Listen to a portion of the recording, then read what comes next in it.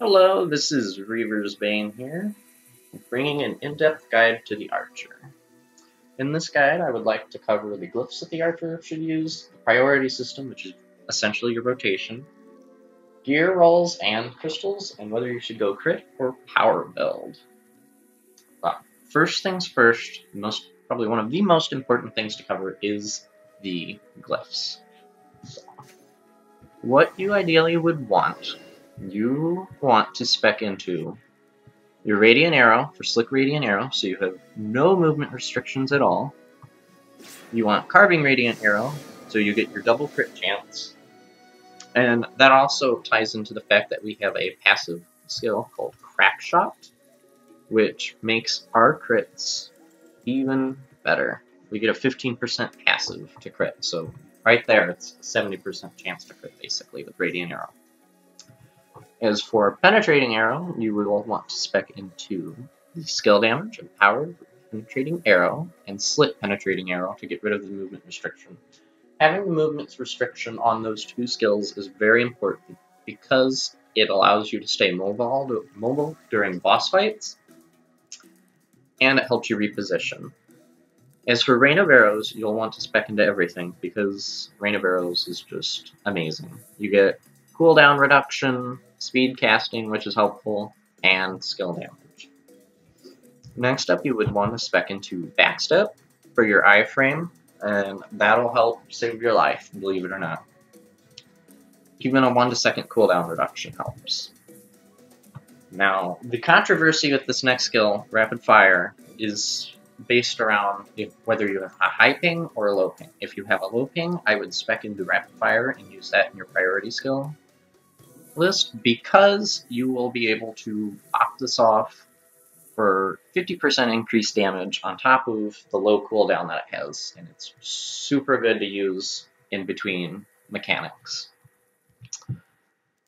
If you can't run Rapid Fire, you can substitute for Poison Arrow, which is an okay filler. It doesn't do good DPS, it doesn't end quickly, it's got an okay cooldown, but overall it's better to run Rapid Fire if you can. Following that, you will want to use 2 glyphs from Breakaway Bolt. You will want to do the decreased cooldown, which again, it'll reduce it by at least 2 seconds, which is super helpful for your iframing, and then I spec into Penetrating Arrow damage because I use Breakaway Bolt in my priority skill rotation.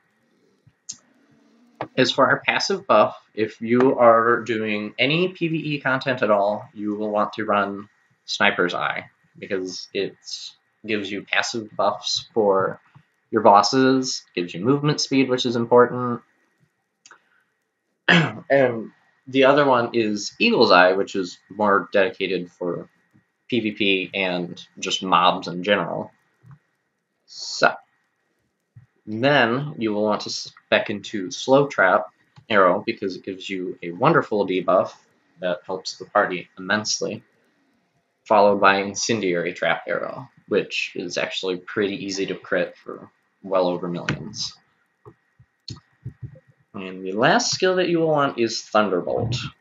Thunderbolt, you'll get increased casting time because it leaves you a sitting duck, essentially, if you don't. I have ran previously the Empowered Thunderbolt for the skill damage increase, but I spec'd into Rapid Fire instead because Thunderbolt has such a high cooldown. It's a lot easier to spec into Rapid Fire when it's got like a 6-second cooldown, which you can just keep popping off. Thus, with that said, I mentioned earlier the priority system. What is the priority system? Essentially, it's what skills need to be used as soon as they are off cooldown. So, you will want to have Velic's Markup constantly. It gives you a huge passive and a debuff on the boss that allows you to do more damage. Following that, your next priority skill should be another debuff. So you will use your Slow Trap Arrow, decreasing their defense by 4.55. And then you can throw in an Incendiary Trap to keep your DPS going, followed by Rain of Arrows, which will have that debuff applied on the boss. You'll notice it immediately. Following that, I use Thunderbolt, quick one, and I cancel that with Final Salvo, so I'm able to move right after, and I cancel all ending lag. And then I include a Radiant Arrow, and move around, position myself, wait until Final Salvo is up so I can cancel it again. And then you can go from there into close quarters, into an Incendiary Trap, or Breakaway Bolt, which will set you up really nicely for either a Penetrating Arrow, or by that time you should have your Slow Trap Arrow, Incendiary, and Rain of Arrows ready. So I usually go into Restraining Arrow, Velic's Mark, Rapid Fire, and then back through Slow Trap, Incendiary, Rain, and since Thunderbolt is on cooldown, I substitute for Penetrating Arrow. So that's how I do my personal rotation. It works really well for me. It keeps all of my skills that I need going. I'm constantly doing some form of DPS one way or another. I can show you this in action. It is really hard to do this uninterrupted because bosses will move around constantly. They'll throw out mechanics that make you have to dodge. So if that's the case, you really just need to use your repositioning tools, such as your Penetrating Arrow, your Radiant Arrow, and even Rapid Fire, just to kind of pop something off so you keep your DPS going. So I will give a brief example of this for you.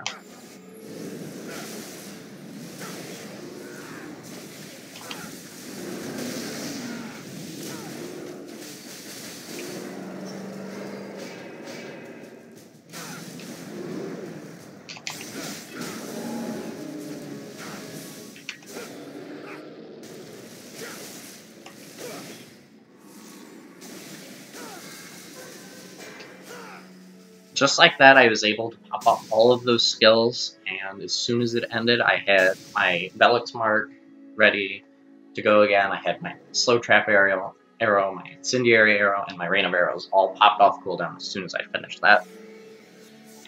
That right there will keep you at maximum DPS if you do that. So, for the next thing, gear rolls. This is super important also, because we have received a pretty good passive buff, as I said, Crack Shot before, and that's automatically increasing our crit rate right there. So, with that said, because we have all that extra crit that's in a passive, we can substitute a crystal. I substituted my Carving Crystal for a Pounding Nivea because with that passive, that basically gives us that crystal and more. So why not substitute for some more power? Other than that, I use the standard stuff, so Fine Bitter, Focused, and Savage. Some people like to run the Savage Nivea, I do believe, which is where you have your increased crit power from the side and the rear. Oh, I prefer, though, the Pounding Nivea because you get a better passive from it, more DPS, and you really shouldn't be critting from the side anyway, in my opinion. Armor Crystals are pretty straightforward, though.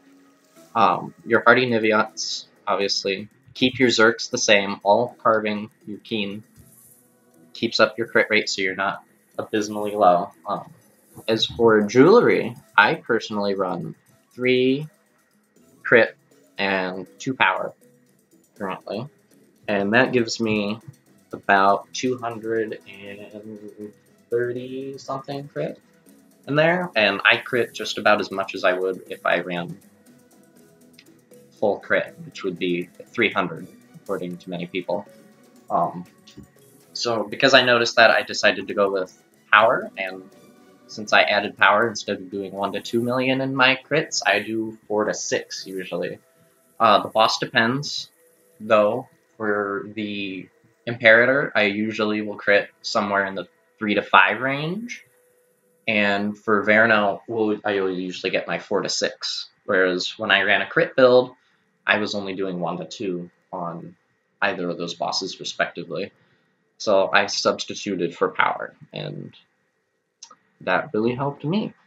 As for your weapon rolls and stuff like that, if you don't have a VM, which I don't currently, you just want to spec into all raw damage stuff. So you'll have your double enrage roll, your increased damage roll, and then your attacking from behind roll. If you do have a VM, it's up to you whether you want to run cooldown reduction or attack speed. It's up to you. Either are really, really good. For your armor rolls, if you don't have VM, like I said, I don't, I run the increased damage on Rain of Arrows because that sets my DPS for that over the top. Instead of doing an 800,000 tick of Rain of Arrows, I do 1.3 million each tick, which is pretty decent. And then standard rolls for that are pretty straightforward. You know, taken damage from frontal attacks is reduced, and ranged monsters reduction, damage taken in general.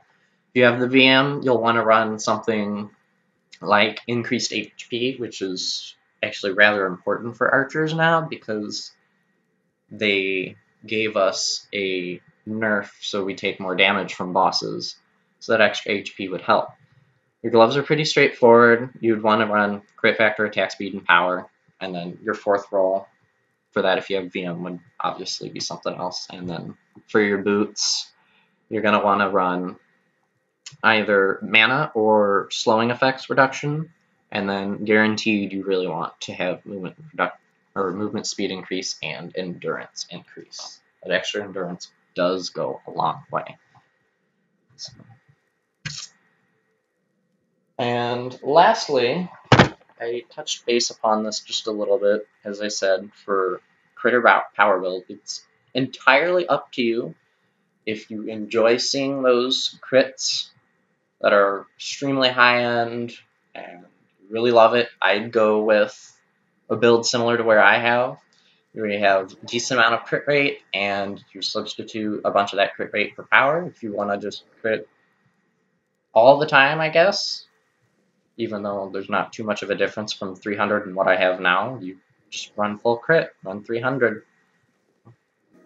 Alright, last thing that I have to mention though is that you do suffer a damage penalty for however far away from the boss you are. The golden range is 0 to 12 meters away for max damage, and then anything past 12 results in a DPS reduction. So from 13 down to, I do believe, 20, it's 80% less, and then so on and so forth. Do note that all of this is before the Archer revamp, so a lot of this is subject to change. They may add things that allow us to go even more power and add more crit buffs and stuff, so we shall see. Thank you for watching. Be sure to check out my other videos as well, and have a nice day.